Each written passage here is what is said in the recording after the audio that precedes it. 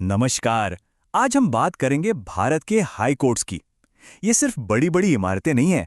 ये हमारे राज्यों में न्याय और हमारे अधिकारों के सबसे बड़े रक्षक हैं। तो चलिए समझते हैं कि ये काम कैसे करते हैं। एक सवाल से शुरू करते हैं।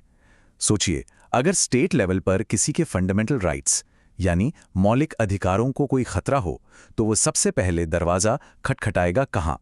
जवाब सीधा है, हाई कोर्ट। जी हाँ, यही वो जगह है जो पक्का करती है कि हमारे अधिकार सिर्फ कानून की किताबों में ही न रह जाए। तो चलिए थोड़ा और गहराई में उतरते हैं। सबसे पहले ये समझते हैं कि इंडिया के इतने बड़े जुडिशल सिस्टम में इन हाई कोर्ट्स की जगह आखिर है कहाँ। देखिए, हर स्टेट के अंदर हाई कोर्ट ही जुडिशरी का सबसे ऊंचा मुकाम है।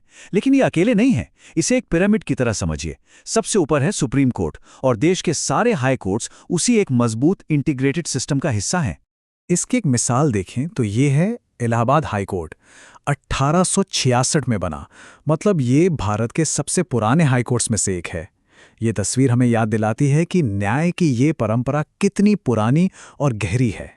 तो अब सवाल उठता है कि भारत में कितने हाई कोर्ट्स हैं? आज की तारीख में इनकी संख्या है 25। पर एक मिनट, क्या इसका मतलब ये है कि हर राज्य का अपना एक अलग हाई कोर्ट है? वेल, ऐसा जरूरी नहीं है। और ये बहुत इंटरेस्टिंग है।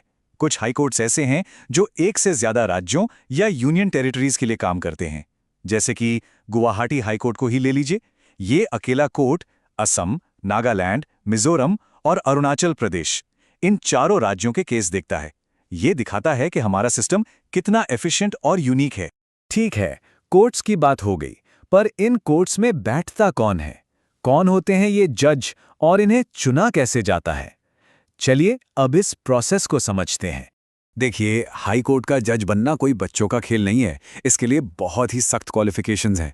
सबसे पहले भारत का नागरिक होना जरूरी है। फिर कम से कम 10 साल तक किसी जुडिशियल ऑफिस में काम किया हो, या फिर कम से कम 10 साल तक किसी हाई कोर्ट में वकालत की हो। और हाँ, 62 साल की उम्र में रिटायरमेंट होता है। अब आते हैं अपॉइंटमेंट प्रोसेस पर, जो काफ़ी सोच समझकर बनाया गया है। इसमें भारत के president, chief justice of India और उस स्टेट के गवर्नर के बीच कंसल्टेशन होता है। और अगर किसी दूसरे जज को अपॉइंट करना हो तो उस हाई कोर्ट के चीफ जस्टिस से भी सलाह ली जाती है। फाइनल अपॉइंटमेंट प्रेसिडेंट ही करते हैं। यह पूरा प्रोसेस एक तरह का चेक एंड बैलेंस है, ताकि पावर किसी एक के हाथ में ना रहे। तो जजों की नियुक्ति हो गई। अब बात करते हैं कि इन हाई कोर्ट्स के पास पावर्स क्या क्या हैं। आखिर कौन सी शक्तियां हैं जो इन्हें इतना जरूरी बनाती हैं? सबसे पहले है ओरिजिनल ज्यूरिसडिक्शन। ये एक टेक्निकल टर्म है, पर इसका मतलब सिंपल है। कुछ खास तरह के केस जैसे कि वसीयत, डाइवोर्स, कंपनी लॉ से जुड़े मामले, ये सीधे हाई कोर्ट में सुने जा सकते हैं। मतलब पहली सुनवाई ही वहीं होगी। फिर आता है अपीलेट ज्यूरिसडिक्शन। इसका मतलब है अपील सुनने का अधिकार। अगर कोई निचली अदालत के फैसले से खुश नहीं है तो वो हाई कोर्ट में अपील कर सकता है। और हाई कोर्ट के पास पावर है कि वो उस फैसले को रिव्यू करे, उसमें बदलाव करे या उसे पूरी तरह से पलट दे। ये सिविल और क्रिमिनल दोनों तरह के मामलों पर लागू होता है। और अब आते हैं इसकी एक सबसे पावरफुल शक्ति पर, रिट ज्यूरिसडिक्शन। जब भी किसी के फंडामेंटल राइट्स का उल्लंघन होता है तो हाई कोर्ट रिट जारी कर सकता है। ये एक तरह के स्पेशल ऑर्डर्स होते हैं। और यहाँ एक बहुत ही दिलचस्प बात है, हाई कोर्ट ये रिट्स सिर्फ फंडामेंटल राइट्स के लिए ही नहीं, बल्कि किसी और मकसद के लिए भी जारी कर सकता है। इस मामले में हाई कोर्ट का दायरा सुप्रीम कोर्ट से भी बड़ा हो जाता है। तो ये 5 तरह की मेन रिट्स हैं। पहली है हेबियस कॉर्पस, मतलब किसी को गैर कानूनी तरीके से हिरासत में रखने पर कोर्ट के सामने पेश करने का आदेश।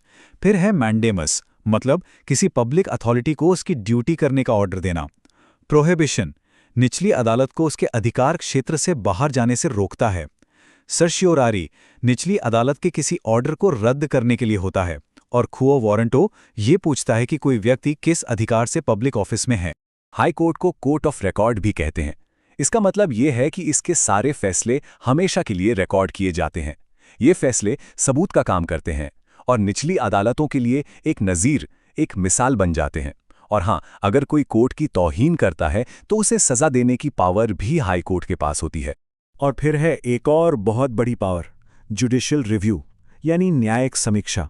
इस पावर के जरिए हाई कोर्ट केंद्र और राज्य सरकारों के बनाए कानूनों और आदेशों की जांच कर सकता है। वो ये देखता है कि कहीं ये कानून संविधान के खिलाफ तो नहीं। यही वो शक्ति है जो हाई कोर्ट को हमारे संविधान का एक सच्चा पहरेदार बनाती है। अब देखिए, इतनी सारी पावर्स हैं, तो ये भी तो जरूरी है कि जुडिशियरी पूरी तरह से इंडिपेंडेंट और निष्पक्ष हो, है ना? तो सवाल ये है कि हमारा संविधान ये पक्का कैसे करता है? सबसे जरूरी चीज ये है कि जजों को पूरी आजादी मिले ताकि वो बिना किसी डर या दबाव के फैसले ले सकें। इसीलिए हमारा संविधान उनकी आजादी को प्रोटेक्ट करता है, क्योंकि एक इंडिपेंडेंट जुडिशरी ही किसी भी हेल्दी डेमोक्रेसी की रीढ़ की हड्डी होती है। और ये आज़ादी कैसे मिलती है? देखिए, किसी हाई कोर्ट जज को हटाना लगभग नामुमकिन जैसा है।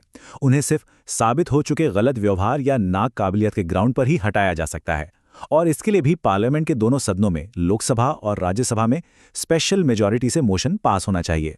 उसके बाद प्रेसिडेंट रिमूवल का ऑर्डर देते हैं। ये मुश्किल प्रोसेस ही उनके कार्यकाल को सुरक्षा देता है।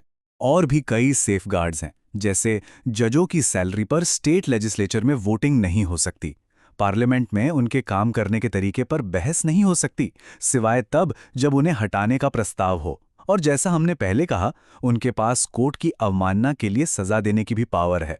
ये सब चीजें मिलकर उनकी आज़ादी को और मजबूत करती हैं। तो इन सब बातों का निचोड़ क्या है? आखिर हाई कोर्ट्स हमारे लिए इतने मायने क्यों रखते हैं? सीधी सी बात यह है कि स्टेट लेवल पर हाई कोर्ट ही हमारे फंडामेंटल राइट्स और रूल ऑफ लॉ का सबसे बड़ा गार्डियन है। यही वो संस्था है जो ये सुनिश्चित करती है कि सरकार अपनी हद में रहे और हर एक नागरिक के अधिकारों की इज्जत हो। और आखिर में एक ऐसा सवाल जिसके साथ हम आज की ये चर्चा खत्म करेंगे। अगर एक कोर्ट सरकार के बनाए हुए कानून को गैर संवैधानिक कहकर रद्द कर सकती है, तो इसका सरकार की ताकत के लिए क्या मतलब है?